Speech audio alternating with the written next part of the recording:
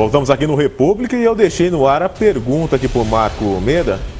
Quem foram os precursores, ou o criador, ou os criadores dessa técnica que você está explicando para a gente? Ótimo. Hoje, de uma maneira bem simples, a palavra coach, se a gente for traduzir ela do inglês para o português, olhar no dicionário, está escrito lá técnico. Mas ela não teve origem nos esportes. No Brasil, o coach entrou dentro dos esportes. Bernardinho, Nuno Cobra era coach, por exemplo, do Ayrton Senna. E ele preparava as questões comportamentais do Ayrton Senna, de foco, visão, e aí ele se destacou muito nesse mercado. Só que a origem não veio daí. A origem da palavra coach, ela vem de condutor. Na ideia, na antiguidade, aquelas carruagens medievais, aqueles profissionais bem vestidos, com aquele chapéuzão, que conduziam as famílias de um ponto A para um ponto B, era o condutor das carruagens, era o coach. Então ele conduzia as pessoas de um ponto a outro. Por isso que a gente usamos esse termo. Esse termo começou a ser utilizado nos Estados Unidos no final da década de 80, no começo da década de 90, começou-se a fazer coaching para melhorar comportamentos de diretores, executivos. Da onde surgiu? O coaching surgiu a partir do momento que começou-se a prestar atenção em comportamentos de pessoa de sucesso. Por que aquela pessoa teve sucesso e por que a grande maioria não tem sucesso? O que será que diferencia? Começou-se a entender quais eram os padrões de pensamentos das pessoas de sucesso. Enxergando os padrões de pensamento dessas pessoas, começou-se a testar hábitos, atitudes e comportamento dessas pessoas e fazer com que isso acontecesse. Os precursores foram Anthony Robbins nos Estados Unidos, Brian Tracy nos Estados Unidos, Vilela da Mata no Brasil, ou seja, pessoas que trouxeram esse conceito e vão fazendo a situação acontecer. Por exemplo, para vocês fazerem relação com o que nós falamos antes do intervalo, o que diferencia uma pessoa de sucesso de uma pessoa de não sucesso? Duas coisas. Primeira, foco. Segundo, prioridades. A pessoa de sucesso, pensa aí você, dona de casa, pensa aí você, empresário. Uma pessoa de sucesso, ela sabe exatamente para onde ela está indo. Então ela tem foco, ela tem objetivo, ela sabe aonde ela vai chegar. Ela sabe o que ela vai conquistar esse ano, ela sabe o que ela vai fazer quando ela começa uma atividade, ela sabe aonde ela estará daqui 10 anos. A segundo grande fator das pessoas de sucesso, além do foco, são prioridades. Tudo que elas fazem, elas priorizam esse foco. Elas até executam outras atividades, mas essas outras atividades têm que ter relação direta com esse foco principal. E aí o coaching veio surgindo nessa linha, encontrando esses padrões de pensamento, esses padrões de comportamento. E hoje, de Barack Obama, a Lula no Brasil, a grandes executivos, a profissionais do setor, tem um coaching para ajudar eles a dar foco e ação. Então surgiu nos Estados Unidos, veio no Brasil por conta dos esportes e aí foi criado modelando a mente e padrões de comportamento dessas pessoas de sucesso. Aí entendemos sobre os valores, sobre os sistemas de crenças, sobre os fatores motivacionais. No momento em que entendemos tudo isso, estudamos tudo isso e tiramos do cliente esses padrões, enxergando hábitos que podem ser mudados ou melhorados, a gente consegue fazer com que a pessoa tenha mais sucesso. E sucesso não é só dinheiro no bolso. Sucesso pode ser formar o seu filho na faculdade. Sucesso pode ser conquistar um emprego novo. Sucesso pode ser guardar R$500 numa poupança. Cada um tem uma noção de sucesso. Isso é diferente para cada pessoa. Você, para se transformar num coach, você estudou, se preparou, você passou por escolas, enfim, fala um pouquinho de você. Funciona assim.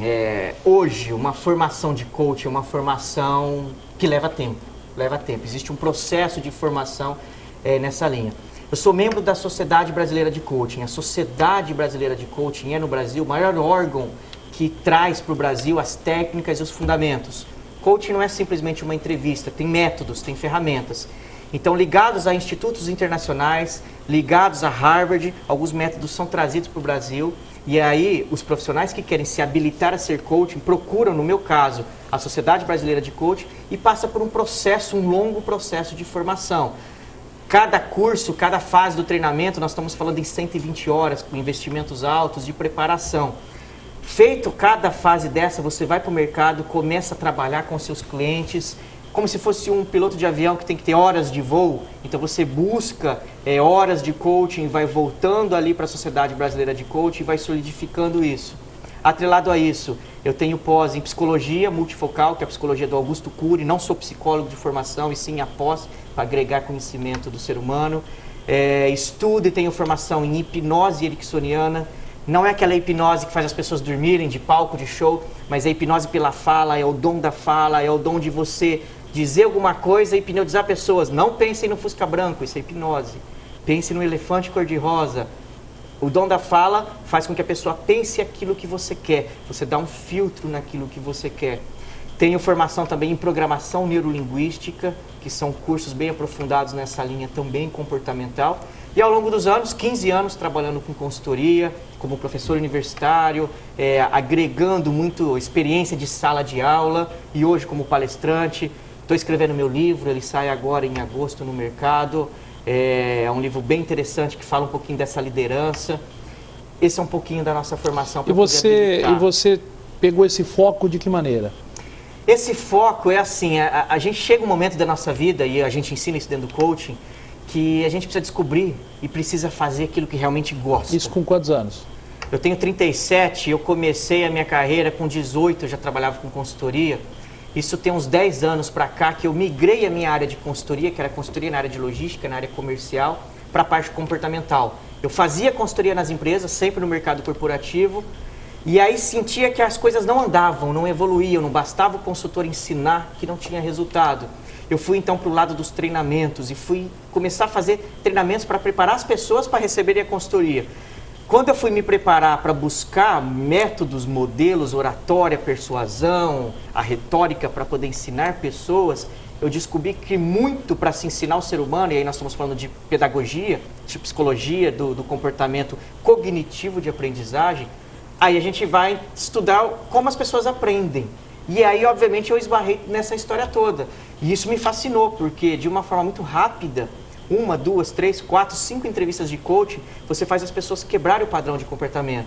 Você vê o resultado da pessoa. E aí eu passei a descobrir um nicho fantástico e algo que também me trazia muito resultado pessoal. Ou seja, saber que eu posso ajudar pessoas a se desenvolverem, ajudar pessoas a conquistar seus objetivos, ajudar pessoas a fazerem mais, diretores a terem mais resultados. E como que funciona? Uma pessoa, um empresário que queira contratar um coach, como que funciona? Ele entra em contato, ele contrata por hora, por mês, como que funciona esse trabalho? É assim, se for uma pessoa física, uma dona de casa, uma pessoa que está nos assistindo, geralmente as sessões são semanais, e aí existe um valor que a gente cobra por sessões. Esses valores, obviamente, são tabelados pela Sociedade Brasileira de Coaching também. Então, é por sessão, uma sessão que leva de 50 minutos a 1h30, existe uma taxa onde você está remunerando aquele profissional especialista para fazer isso naquele momento. Existem pacotes negociados. Imagina que um diretor quer que se faça coaching com todos os seus gerentes, com toda a sua equipe, para desenvolver essa equipe toda. Fechamos um contrato mensal, e aí cada caso é negociado, fechamos um contrato mensal com aquela empresa, enxergamos a necessidade da empresa, baseado no que nós conversamos com o Ed no início, os objetivos de cada um aos objetivos da empresa. Então a gente tem que ter isso muito bem alinhado. E aí também existem sessões programadas, semanais pelo menos, com cada funcionário, com cada executivo, nesse sentido, para poder fazer com que ele conquiste seus resultados também. Por exemplo, dentro de um casamento, como funciona a motivação tanto do marido como da esposa para que o casamento tenha sucesso? Agora e o que é ter sucesso num casamento? Isso. Agora você tocou, acho que num dos pontos mais relevantes, porque nas nossas palestras, nos nossos treinamentos, muitas vezes a gente está fazendo uma palestra com foco na empresa, né? E dizendo sobre relacionamento entre pessoas na empresa. E no final a pessoa vem falar assim, Meda, eu conversei contigo, eu ouvi tua palestra e você falou de relacionamento entre as pessoas, mas o que você me falou encaixa perfeitamente lá em casa, com a minha esposa. Qual é o grande segredo de tudo isso? A gente fala mais do que ouve, a gente julga mais do que orienta, a gente quer enxergar coisas sobre o nosso critério que talvez não é uma grande verdade. Resumindo, deixando de forma clara para quem está assistindo a gente. A minha forma de pensar é diferente da sua, que é diferente da do Ed, que é diferente da sua que você está assistindo. O seu marido ou a sua esposa também pensa diferente do que você. Existem sistemas de crenças que trouxeram ele no que ele é até hoje e ela no que ela é até hoje. O grande erro do casamento é a gente dizer ao outro aquilo que a gente quer que o outro seja ou que o outro faça, como um comando. E muitas vezes a gente aponta o dedo. E muitas vezes, quando a gente não tem o resultado, a gente ainda levanta a voz, acreditando que o grito, que o poder da força do grito vai resolver alguma coisa. E é exatamente o contrário de tudo isso. Vou voltar no assunto do começo, valores. Por que aquela pessoa está dizendo o que está dizendo? Por que ela não concorda com você? O que ela valoriza? Imagina uma situação. Imagina que você chega em casa tarde, o marido chega em casa tarde, uma situação clássica, depois do futebol, tomou umas cervejas, ok? E aí a esposa está lá em casa, cuidando dos filhos, fazendo tarefa, limpando a casa, ela vai ficar brava com o marido? Bem provável que sim. Agora, na hora que ela grita e se estressa com o marido, ela gera um pavio, ela abre um gatilho na mente dela e do marido que vira um ciclo de discussão meio que sem fim. Até que um dos dois desistem, geralmente o marido desiste, um dos dois desistem, fala, tá bom, você está certa, não quero mais te ouvir, ou vira as costas e para. E aí a discussão termina, mas o conflito não. Vamos entender, aquele marido foi jogar bola, foi tomar cerveja, isso é bom para ele, traz uma noção de prazer para ele, a motivação do prazer. Não estou justificando que o marido está certo, de forma alguma. Mas ao passo que a esposa começar a entender quais são os fatores motivacionais que levaram o marido a jogar bola, ficar fora de casa um tempo e voltar cheirando cerveja, na hora que ela descobrir por que ele faz isso, porque ali tem alguma sensação de valor importante para ele, amizade, o prazer de estar com amigos, o prazer de se relacionar com amigos. Higiene mental. Higiene mental. A hora que ela começa a entender o motivo que isso acontece, e ele, por sua vez, começa a entender que ela ficou presa em casa, não teve a oportunidade de se divertir, teve a obrigação de cuidar dos filhos, o casal precisa começar a gerar equilíbrio. Eu sei que isso é importante para você, e sei que isso também é importante para você. Como é que juntos, marido e mulher, nós podemos fazer com que os meus valores sejam atendidos e os seus valores sejam atendidos? Eu preciso ceder um pouquinho aqui, eu preciso ceder um pouquinho aqui. Eu preciso ouvir mais do que falar. Eu preciso descobrir quais são os fatores que motivam. Não é simplesmente trazer um presente. Ah, a minha esposa ficou brava e amanhã eu vou comprar um buquê de flores, vou comprar uma joia e vou dar um presente para ela. Aí a troca. Aí eu estou negociando. Aí a troca, igual eu fiz com o filho. Motiva isso? Talvez sim, mas motiva num curto espaço de tempo. Então assim, tá, eu vou tomar um banho e agora eu vou ouvir você e ver onde eu errei, o que eu não fiz que poderia ter feito para você se sentir melhor. E a esposa vai dizer, tá, e eu vou tentar também te entender por que você joga bola toda quarta-feira à noite, toda terça-feira à noite. Quando começa essa conversa acontecer, quando começa esse diálogo e a gente negocia valores, os relacionamentos começam a atender e os conflitos começam a diminuir. Porque o grande problema é aí, as cabeças são diferentes, as pessoas pensam de maneira diferente. E aí na hora que eu quero impor a minha visão, o que é bom para mim não necessariamente é para outra pessoa. E aí eu fico só impondo. E talvez para outra pessoa aquilo não é interessante, porque na cabeça dela o sistema de crenças é diferente do meu. Portanto, que é um segredo? Ouça. Ouvir. Você gera empatia, como eu disse, você se coloca no lugar do outro. Você não precisa concordar, não diz eu concordo. Jamais diga eu discordo. Diga o seguinte, eu entendo o seu ponto de vista. Eu imagino o que você está pensando. Essas duas frases geram um resultado absurdo. Eu entendo o que você está pensando, porém, deixa eu te explicar o que aconteceu. Eu imagino como você está se sentindo. Eu me sentiria igual se estivesse no seu lugar. Isso é uma palavra mágica, uma frase mágica. Aí você tem tempo para descer o nível emocional e conversar. Porque nível emocional alterado, o inconsciente tá todo cheio de fumaça e você não consegue acessar seus melhores recursos de segurança, de confiança, de credibilidade, de argumentação.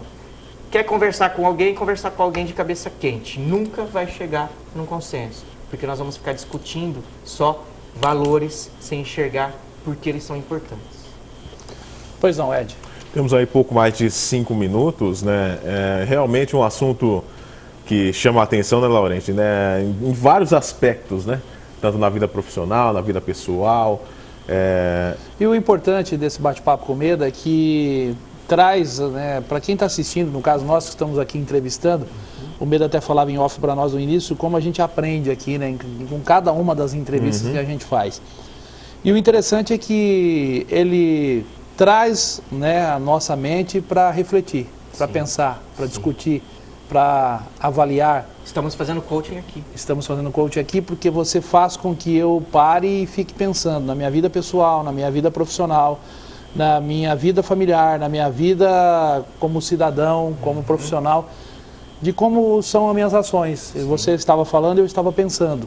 Então você traz, né, o ser humano, traz a pessoa para refletir. Sim. Eu acho que é o principal foco de um trabalho do coach, é fazer refletir, é fazer pensar, é fazer agir, fazer ter ações diferentes talvez daquelas que estavam sendo feitas. Por quê? Porque você parou, pensou, refletiu. Perfeito. A partir do momento que você para, pensa, faz uma reflexão, a partir do momento que você começa a analisar aquilo que você exagera, aquilo que você poderia deixar de fazer ou de fazer, você cria um equilíbrio nas ações. E nesse equilíbrio de ações você pode melhorar o seu bem-estar familiar, pessoal, profissional, enfim, de uma maneira geral. Eu acho que é o foco principal, né, nessa entrevista que nós fizemos aqui. É isso. O ser humano é um ser humano integral. Como eu disse há pouco, não tem como a gente separar trabalho e casa. Então todas as ações refletem. Tudo que nós comentamos aqui serve para cuidar dos filhos, serve para cuidar do seu amor, do seu relacionamento, serve para cuidar dos seus funcionários, serve para ser uma pessoa mais gentil, para a sua saúde, para tudo. Mais legal, uma pessoa menos chata, né, uma pessoa mais agradável na sociedade, serve para tudo, né? Hoje, como nós dissemos há pouco também, nós olhamos muito o externo e não olhamos para dentro. E às vezes não percebemos por que nós estamos perdendo os amigos, por que estão nos excluindo, por que nos estão nos deixando de lado. Será que a gente não está se tornando uma pessoa chata demais, crítica demais, julgadora demais? Que é um grande segredo para a gente guardar tudo isso que nós falamos nessa uma hora. Para de julgar e de criticar as pessoas. Não julguem mais, não critiquem mais. Entenda que os comportamentos de outras pessoas possuem intenção positiva para ela. E aquele comportamento que ela está tendo, que você não concorda ou julga que não é interessante para você, para ela deve ter uma intenção positiva. Só de você não julgar, não cortar ela, não criticar aquela atitude dela, você passa a ser uma pessoa muito bem vista em nível de relacionamento interpessoal. Pergunta por que ela pensa daquele jeito e não diz que ela não tem que pensar daquele jeito. Por que você tem esse pensamento? O que traz para você esse tipo de comportamento? É diferente de apontar o dedo e dizer, você não deve fazer isso, você está errado. Toda vez que eu falo, você não deve fazer, você está errado, e eu critico, eu fecho a capacidade de se relacionar. A gente costuma dizer que tem dois tipos de crítica, a crítica construtiva e a crítica destrutiva. Mentira! Crítica é sempre crítica. Troquem então a crítica pela orientação. Oriente seu filho, oriente seu marido, oriente seu funcionário. Jamais critiquem o ser humano, jamais julguem as pessoas. Isso vai fazer com que você tenha capacidade de relacionamento muito melhor do que você está tendo hoje. E aí o papel do coaching entra nesse cenário. Marcos Meda, muito obrigado pela sua visita, foi um prazer entrevistá-lo, né, que você tenha muito sucesso aí na sua carreira. Eu que agradeço. Você é de Ribeirão Preto? Sim, Ribeirão Preto. Muito obrigado. Qual é o seu site? O meu site é www.marcomeda, sem S, é marcomeda.wordpress.com, ou pelo Facebook, que hoje é muito mais fácil. Entra lá no Facebook, procura Marco Meda, e aí a gente coloca ali, eu coloco ali artigos 2 vezes por semana, publico artigo numa revista em Ribeirão Preto que estão linkados ali. Tem vídeos, tem palestras, tem bastante material lá. Qual o seu e-mail? Meu e-mail é marco.meda@me.com. Muito obrigado pela visita. Eu que agradeço. Obrigado. Ed, mais uma vez, um abraço. Obrigado pela participação aqui. Um abraço a todo o pessoal que acompanhou, né? Obrigado. Muito bem, conversamos com o Marco Meda, especialista em educação corporativa, especialista em mudanças de comportamentos. Ele esteve conosco aqui no República, um programa que tem sempre o apoio de Estilo Móveis Planejados e de GSS Brindes. GSS Brindes, especialista, é uma empresa especializada em brindes, na Avenida Egisto Siquieri. Nosso abraço, amigo Queijinho, está sempre acompanhando o nosso programa. E o Estilo Móveis Planejado na Avenida Alessio Maser, da família Vanzella. Muito obrigado, eu agradeço sempre a sua audiência, o seu carinho. Voltaremos na próxima semana. Você, imagino que possa ter aproveitado muito bem aí o bate-papo com o Meda, nas instruções, pare e pense, faça uma análise da sua vida, naquilo que você pode tirar um pouco o pé do acelerador, né, naquilo que você pode melhorar em questão de motivação, naquilo que você pode colaborar com seus familiares, o seu companheiro no trabalho, enfim, na sua vida de uma maneira geral, para que você possa ter um equilíbrio e esse equilíbrio possa dar uma condição, um bem-estar muito maior à sua vida. Muito obrigado, até a próxima. A República fica por aqui, a gente volta na próxima semana.